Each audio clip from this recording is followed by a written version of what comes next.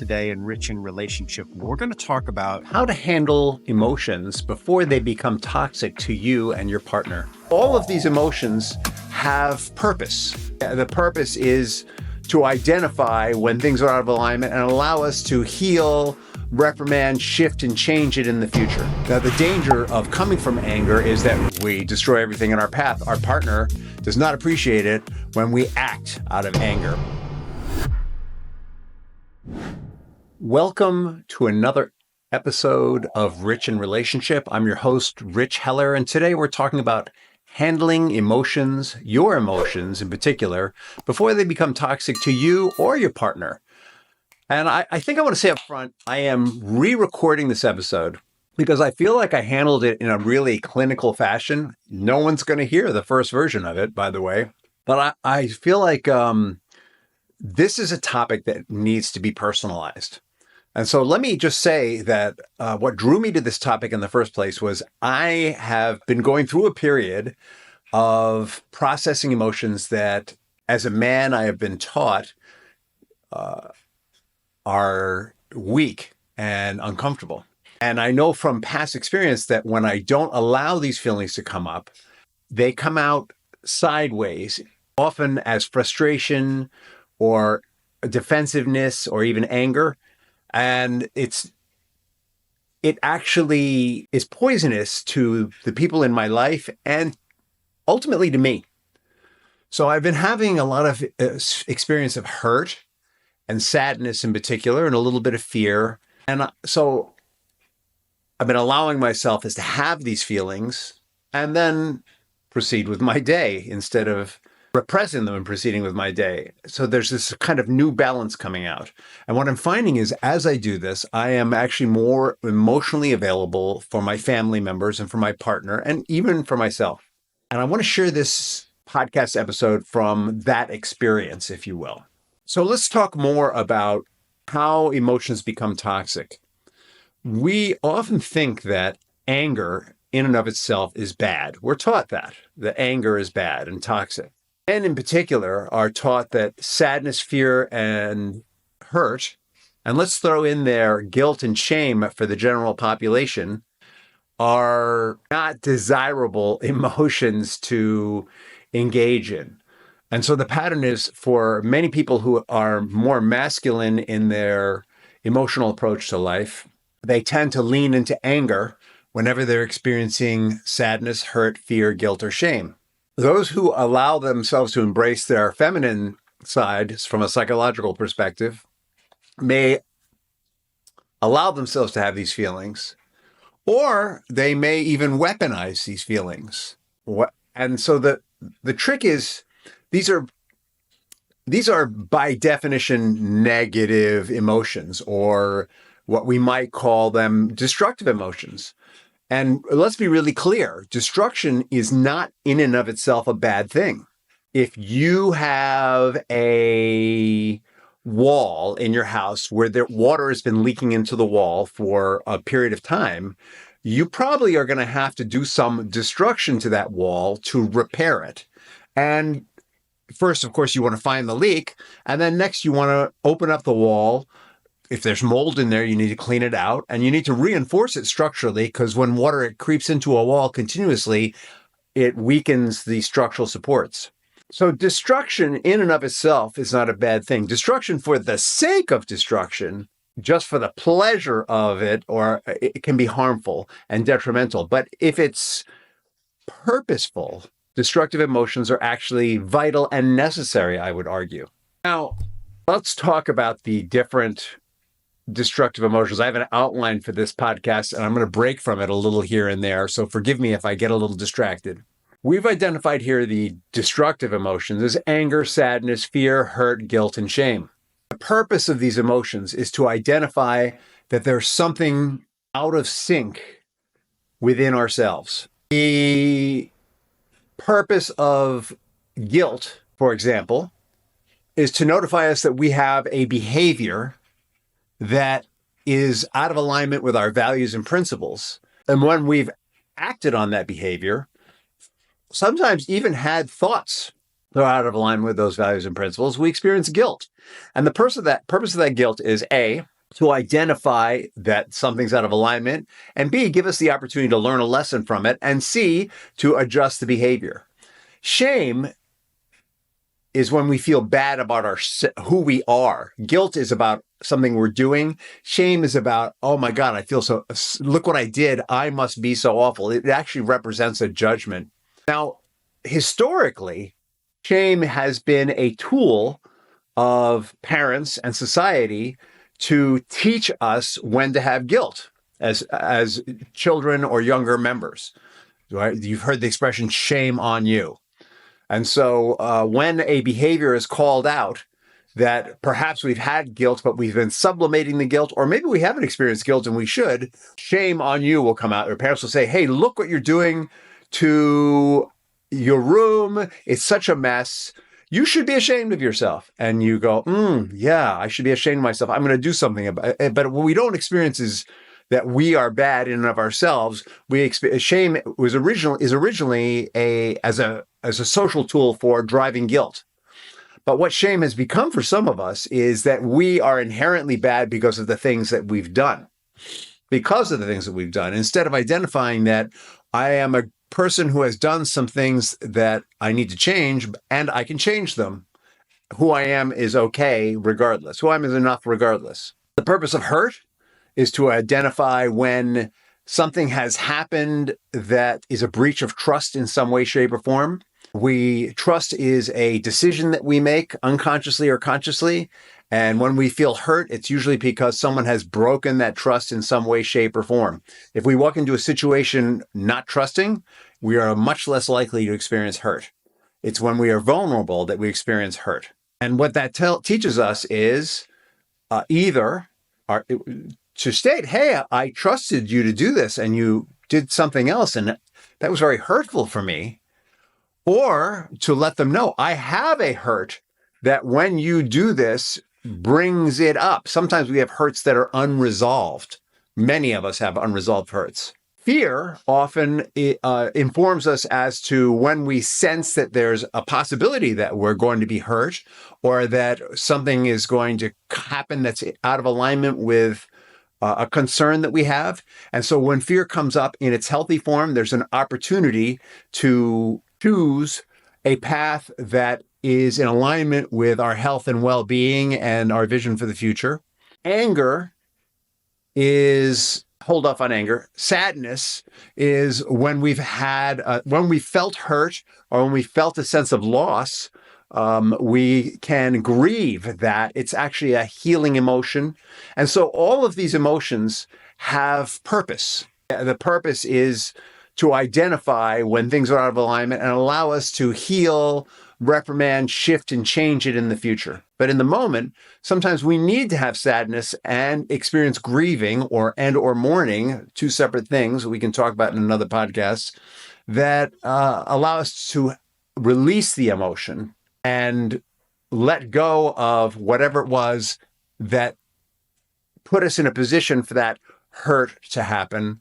Anger is a stepping off emotion in its ideal form. In its ideal form, we've experienced hurt, fear, or sadness, or maybe we've even got some guilt or some shame, and we get angry about it. Maybe a little angry with ourselves, sometimes angry with other people, but anger is like a starter motor. And the purpose of anger is to get us moving. Sadness, fear, and hurt are sort of the energy is, I've lost. I'm hurt. I've lost. I'm afraid. I'm afraid I might lose. I'm sad because I've lost. Anger is, I'm going to win. I'm going to destroy everything in my path, but I'm going to win. Now, the danger of coming from anger is that we destroy everything in our path. Our partner does not appreciate it when we act out of anger. We can express anger in I statements and in healthy ways, but when we're yelling and screaming and going viral with our anger, when it's become rage, it becomes dangerous. It becomes toxic to ourselves and toxic to them. Or when we repress our anger and it becomes long-term resentment, it becomes toxic to ourselves and ultimately finds expression either as passive-aggressive behavior or aggressive behavior in the future, which is also toxic in its expression, because at its base is an unresolved hurt, which is being expressed as a resentment. All right, so now you've got the background on how these can be used for good. Let's talk a little more. We've talked about how anger and resentment can be used for bad, how shame can become self-harming. Now, let's talk a little bit about hurt, fear, and sadness and how they can be toxic in and of themselves. We can repress these emotions, which is not unusual for people to do. And in the repression of these emotions, they start to leak out in other places, either in angry behavior, or maybe we start feeling really sorry for ourselves. And that feeling sorry just turns into, it might turn, when we repress them, it might turn into depression over time. It turned into some deeper, more encapsulated hurt that where we need some help. And the solution to, by the way, depression, very toxic for us, super toxic to those who love us and who are around us. I have a former wife who's been known to be depressed. I have children who are harmed by it, have been harmed by it. All right, so now let me tell you about my journey with this in a little more depth and healthy ways. Let's talk about how to manage this constructively. For all of these emotions, when they come up, there's kind of a universal formula. The first step is to pause and reflect. Our unconscious tendency, and this is going to be circumstantial, by the way, if you're at work and your boss hurts your feelings, right, it may not be helpful for you to go, especially if they're very triggered and upset and you really don't have an exit strategy. Maybe they're not yelling and screaming, but you can see they're processing someone. It may not be helpful for you to say, boss, that really hurts my feelings, because they're probably going to say, hey, we're trying to get a job here. In the moment, it may not be helpful for you to go into that hurt and sadness. There are situations, it's situationally appropriate to encapsulate at times. And we want to unpack that emotion when there's an appropriate moment. Now, if in the moment when you're experiencing hurt or sadness or fear or guilt or shame or anger, in the moment, if it's appropriate to unpack, you'll unpack it. But either way, when the emotion first comes up, we want to pause and reflect before we react. And the reaction might be stuffing it, or the reaction might be dumping it. Before we react, we just want to notice, all right, hey, what's the emotion? Sometimes we're not even cognizant of exactly what emotion it is. Sadness and hurt can be very overlapping, or fear and hurt can be very overlapping, or even all three, hurt, fear, and sadness, all these things can be very intermingled and intermeshed. They may not be pure. So in the moment, we're going to want to notice, all right, what is it I'm feeling? Second, we're going to want to make a judgment about when is going to be the right time to unpack it. Can I unpack it in the moment or not? And it might be, by the way, if you're in a situation with your boss who's very triggered, let's go back to that example. When they're very triggered and you're feeling not right, it might even be appropriate to say to them, boss, I get it. This is a serious situation. I just need a moment. I'm going to go to the bathroom and come back and talk about this. I mean, it might be appropriate even to do that, because it'll give them an opportunity to calm down, and it'll give you the opportunity to reflect on what's the best way to handle this. Now, if you're in an ideal job situation, your boss will receive that. They will understand that. If you're with a boss who functions in anger all the time, they may have trouble receiving it, but it becomes even more important that you step out of that situation and not be the recipient of their toxic emotion. Once we've identified the emotion, we decide whether it's appropriate to experience it, process it there and then, or we might simply say, this is not the time. I'm going to batten down the hatches and I'm going to process this later, but we are going to process it. So part of what's been going on for me is I've had emotions coming up about situations where I actually had it encapsulated for a long time, family situations, long-term standing pains revolving my brother, one of my children. It's stuff that I can't fix, I can't change.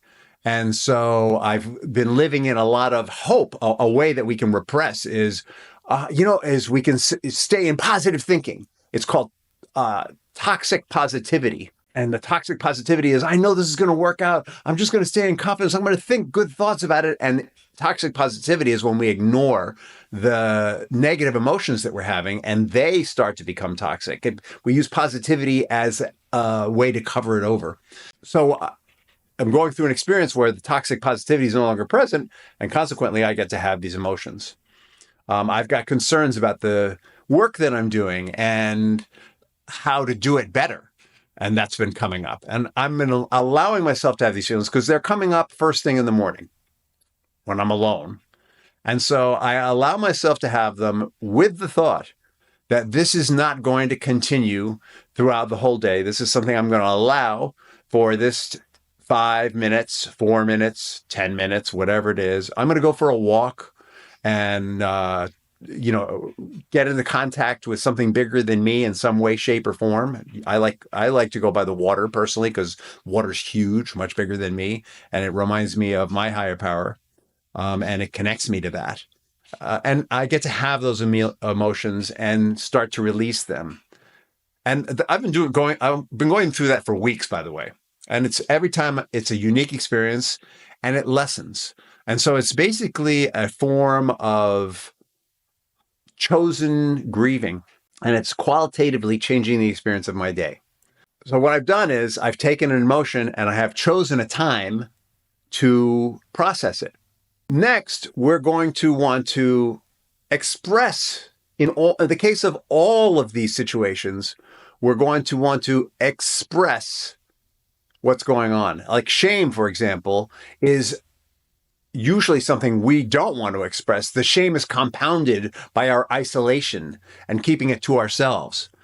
It requires expression. Now, who and how we express our hurt, sadness, fear, guilt, shame to, or anger, six of them out there, who is going to be, it needs to be either the person with whom who's triggering the actual emotion, or it might be a third party like a coach or a therapist or a spiritual advisor in some way, shape, or form. But we need to speak it. And the first step to speaking it might be kind of what I do. Is what I've been doing is I've been going out and I've been going through a certain amount of self-talk, talking myself through it. All right, what are these emotions? Sometimes I journal about it. Right. But first we speak the emotion with ourselves so that we start to have some clarity. What emotion am I feeling? What is it? What is causal in it? What can I do, if anything, about the situation? If I can't do anything about the situation, how can I alter my own perspective on it? Or what do I need to do to bring into alignment to be at peace with this? There's a story called The Prodigal Son that we're all familiar with. And this son takes his inheritance and says, "Dad, I'm gone." And he goes off and he squanders it. And when the prodigal son finishes burning through all his inheritance, he realizes he really had it better off at home with his dad. So he goes back home, and his dad, instead of saying, "You frickin' idiot, I can't believe you did that with that money," which, to be honest, I could see going there, right? Anyone who's a parent can see going there. He says, "Welcome back, my son." And he puts his best robe on him and his best slippers, and he celebrates that he has returned. Right? So that dad, very clearly, I'm sure he experienced hurt that his eldest son took his inheritance and went off and squandered it, sadness that he left, fear that something was going to happen to him as he went off and squandered that money, and anger, that his eldest son, who was supposed to carry the torch, did this. He probably had all those. He probably felt guilt. What did I do? What are the mistakes I made that made him make this choice? And maybe even some shame publicly, that this happened because he lost face in the community. But when his son came back, he had processed the emotions and welcomed him back. That's where we want to be with these emotions. We want to handle them either with the source. In this case, the father does not handle it with the son. He handles it through his own resources so that when the son returns, he's in a good place and can welcome him back into the fold. Or if we can't do it with the source, we want to handle it like the father, through other people, So first step is get it clear and straight with yourself. Second, the next step would be take it to someone else, a coach, a therapist, your partner, a spiritual advisor, someone you feel safe with, who is going to keep your confidence and instead of telling you how to live, guide you through the emotion to whatever it is that's true for you that you need to learn. And so what happens is once we've acknowledged the emotions and processed them, with anger, typically it becomes a situation of expressing it by using I statements, which we've talked about a lot here. I statements, the basic recipe is I feel angry when you go off and squander the family fortune because it makes me look bad in my community. But usually it's about me. It expresses to the other person how their behavior was just their behavior, but it triggers a reaction in us and why we're having that reaction. I statements are a great way to express that. Now, they may not be able to receive that well, or they may receive it well. By the way, if you want more information on I statements, go to richinrelationship.com. We'll have it up on the website for you to take down and use a more detailed version of it. That's a lot different than, you went off to wherever and spent all the money that you were supposed to be your inheritance, and you made me look bad. You made me look bad, and you made me so angry. Right? You can hear the difference between the I statement and the more blaming version of that, which gives them a lot of power. By the way, you made me feel. You made me feel. Bad messaging to our unconscious mind. Bad messaging to them gives them more power than they actually have, and there's a lot of guilt and shame that's being put on that person. If we're processing sadness, the place we need to be is actually very much compassionate with ourselves. There's a tendency for us to say, sadness, there's no room for that. I need to get back on my saddle. I've fallen off my horse. I need to get back up on there. When the going gets tough, the tough get going. We need to take that moment to have some compassion for ourselves, that this sadness is legit, right? When there's a disconnect between ourselves and someone we love in any way, shape, or form, sadness is legit. And again, we can express it. I've had some tears. I've done some journaling. I've talked to some trusted friends. I've had conversations with the ocean and with God, if I'm completely transparent with you. And I have practiced self-compassion in the form of allowing myself to have the emotion and shared it with trusted advisors. And we want to make really sure that sadness doesn't spill over into all the other areas of our life. See, if we don't take the kind of time I've been taking, what happens is we become less effective in other areas of our life. And I'm not talking about whining and complaining to everyone. I'm talking about when we cut ourselves off from our own emotions, we become less available to other people. Hurt, sadness, fear, even guilt, shame, and anger are ways that we can compassionately connect with other people. When we see our children having these feelings, we have empathy and compassion for them when we allow them to happen in ourselves. Right? We go, I know this pain. I feel your pain. Let me share with you how to move through this pain. But when we're disconnected from ourselves, we go to, with our partners or our children, it becomes toxic. It becomes toxic in the form of judgment. It becomes toxic in the form of shaming. It becomes toxic in the form of maybe even emotional abuse of the other person. When we experience fear or hurt, very similarly to the sadness, we need to acknowledge it. With fear and hurt, we need to assess, is there a real threat here, right? Very often we feel there's a threat when there isn't one. Sometimes it's because we have old emotion that is unhealed and that what's coming at us reminds us of that old emotion. And we need to release that work. That definitely requires outside help. We need to, when we have old emotion, there are ways of recognizing when there's a pattern of things that trigger that old emotion that help with that release process. And if we're having old emotion or if we're experiencing legit in the moment hurt and fear, if it's with someone that we trust, we need to say, I'm feeling hurt, I'm feeling fear. I trusted you with this, and I feel like this is a violation of that trust. And that allows them to hear what you're experiencing. It allows them to say to you, you're right. That was a violation of our trust. Or they might say, that wasn't where I was coming from. I really didn't mean to hurt you. I didn't mean to violate our trust. It was never mind, or it wasn't a violation of our trust. You may be overreacting. Let's talk about why you're overreacting. And that's your opportunity to explore old hurt and emotion. All right, let's talk about guilt and shame because these are biggies. As I said, with guilt, it allows us to look at our behavior and change our behavior. And there's a difference between feeling guilty and saying, I'm sorry, and feeling guilt and changing your behavior and letting the other person know, I'm not that person anymore. I don't engage in that kind of behavior. And that's also a way to shed shame. So the tendency is to, when we're feeling guilt, to say, I'm sorry. Maybe we go to confess it somewhere and we say, hey, I did this terrible thing. I'm sorry. And then we go and we do it again. And we do it again. And we do it again. We do, it's wash, rinse, repeat. We haven't truly washed. It's probably more like rinse and repeat. When what we need to do is we need to look at what's driving the behavior that I feel guilty about, and how do I shift it and change it and demonstrate that truly something has shifted and changed it in me. That's the purpose of guilt, really, is to help us make that shift and change. And when we do that, there is no room for shame anymore.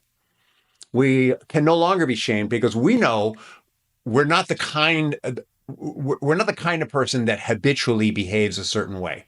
We are the kind of person who, when they engage in a behavior that hurts others and brings up guilt in ourselves, changes the behavior because we care for others and we care for ourselves. It's super important that we practice staying mindful of our emotions and allowing them to be expressed at appropriate moments so that we are not toxic to ourselves and not toxic to the ones we love. Being toxic to the ones we love is like an opening for internal shame, by the way. Whenever we hurt someone we love, it's easy to go to, I must be a bad person. Look what I did to my child. I must be a bad person. Look what I did to my partner. I must be a bad person. Look what I did to my parents, my brother, my sister, etc. I must be a bad person. When often we didn't know that what we were doing consciously, what we were doing was wrong. Had we known it, we wouldn't have done it, right? We need to get that where we are is where we are, and we do the best that we can in every moment. Tools that will help you with that are mindfulness, meditation, and prayer. That gives you the time to reflect and to allow these things to come up. It also allows you to your brain, your amygdala is what triggers a lot of negative emotion. It's the part of your brain that's looking for danger and reacts in fight, flight, or play dead. Mindfulness, meditation, and prayer keep you more in your cerebral cortex. Your amygdala actually shrinks and your cerebral cortex, which is the reasoning part of your brain, grows. And that gives you more hardware to work with when you're processing these emotions. Okay, so that's it in a nutshell. Big picture, it's super important that we are aware of and allow ourselves to have and process our emotions. And I'm going to tell you, as I've been sharing, sometimes it takes a while to process these emotions, particularly if we haven't let them surface. Sometimes we need to allow the emotion to surface several times, or for even, in my case, it's been weeks. And I'm finally getting to a place of peace and serenity with these emotions. They're finally sorted out and moving forward. And it's been actually an amazing process. If this was helpful to you, subscribe or follow us on YouTube, whichever you're doing. You might be on YouTube, you might be with the podcast, but there's going to be a lot more amazing content like this in the future. I'm Rich Heller. Have a wonderful tomorrow, and thank you for being here.